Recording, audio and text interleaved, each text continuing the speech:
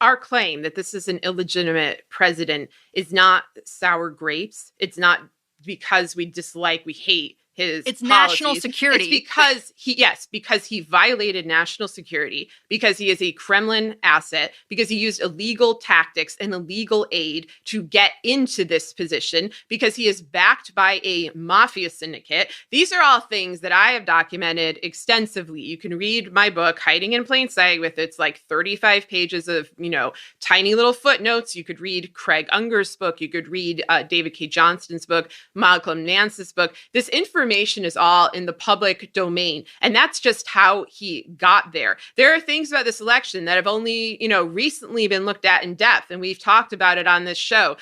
There's the book Rigged by, David Scheimer, who discussed how electronic voting systems in the 2016 election were certainly infiltrated by Russia and Kremlin-aligned actors. And votes were, as Harry Reid predicted, quite possibly changed. It's quite possible Trump did not win that election. That is the point that we've been bringing home to you for the last couple years of this podcast. Sometimes we don't say it quite so bluntly, but that is something that I believe. And I think the refusal to admit that that was even possible, that this could happen, even though there are so many warnings that it could happen, is what has allowed him to remain in power. And then the longer this charade went on, the longer this assault on our national security and this overt display of the failure of our institutions and the failure of them to protect us went on, the harder it became to reverse.